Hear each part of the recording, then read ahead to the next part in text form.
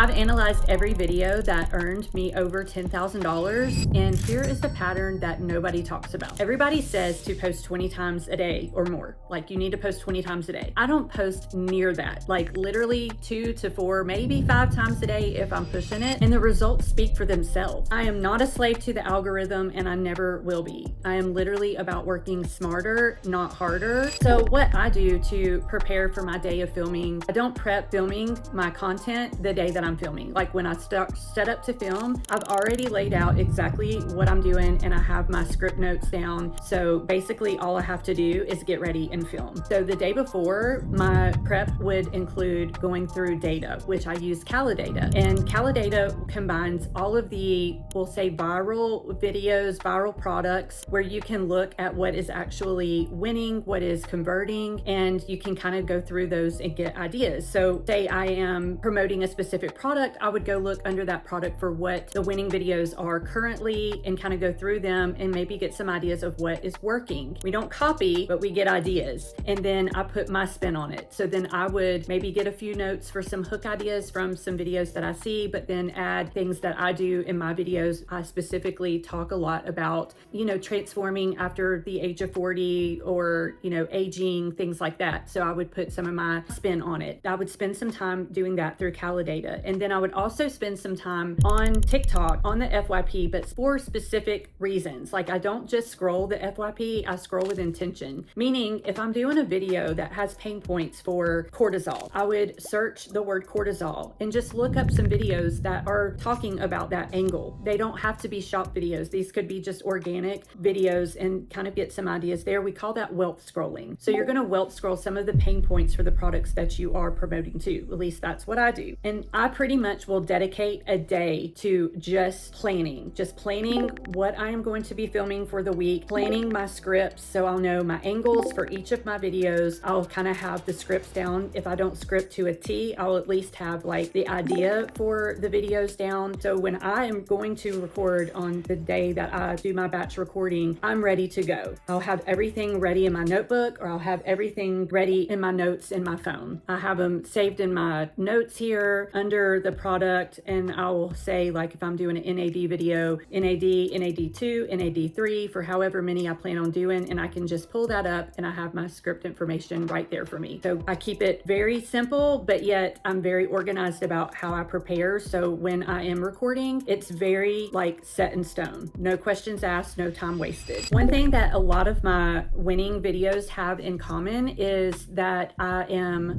wearing a contrast color. So you want to think about where you are, where you're filming, and the color that you're wearing. Like, I like to wear a pop of color. A lot of times when I'm filming a video, you'll see that I wear like a bright blue jacket or bright red jacket. Sometimes I'll wear black, but you won't see me wearing white very often to film a TikTok shop video. You'll see that pop of contrast color. Another thing that I do, I don't always film in the same location, although I do have my Lotus Loft that I built to like film in. That is where all of my stuff is. I do film in here, but I'll go outside and I will film literally walking down my driveway. I'll film in my car. I'll film on my porch. I like to move around. I like to get natural light, but I like to just have different backgrounds and just different like setups. So I'll do a little bit here, a little bit there. So you'll constantly see me moving around as I'm filming my video. Another thing that is really important to me is when I'm filming my videos, I'm literally trying to come across like I'm talking to a friend on FaceTime. That's what really triggers me when I am a consumer, is if I'm watching someone and they're just telling me things that they love or things that have worked for them. That's when I want to add to cart. So I try to be the same way. Like, this was my problem. This is what I was dealing with. And if you're feeling the same way or dealing with the same problem, try this out, girl, because it works. I really try to be authentic and just be real, like girlfriend to girlfriend. Also, when you are very familiar with a product and you post a product a lot on a repetitive basis, not only are you developing a relationship with that brand, but you are getting very familiar with that product. So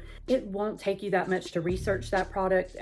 The more and more you do it, you can pretty much like record a video at the drop of a hat, but also you will get to where they pay you a higher percentage commission the more GMV that you drive for them. I went to the last health convention for TikTok in Miami back in September, and the brand that I partner with and I film like consistently every day for the past like 15, 16 months had a billboard card truck with my face on it out in the parking lot, like circling the parking lot the whole event with my face and the GMV, because I had hit 2 million GMV selling their product, which was just a phenomenal moment to share with the brand and myself at that event. So it's just something I'll never forget. And those are the types of things that happen when you are consistently working with a brand on a repetitive basis and developing the relationship. And that's what I like to do. That's why you will see me filming very few products. I do very few products and I do them on a repetitive basis a lot because I have these relationships with the brands. I'm actually using these products. So that's what I want to talk to the consumer about and show them. And the brands are paying me top commission now because I have driven so much GMV. So basically, because I have like this set schedule of my planning day for my filming, and then I'll have my filming day, then I'll have an off day where I can spend time with my husband and we can go do different things. And I'm not like working an 8-hour day. I do like maybe a 3-hour very focused time to get my work done. And then I have a lot of free time, because the whole point of doing what I'm doing is to live freely and not be like locked down to these long, grueling hours of work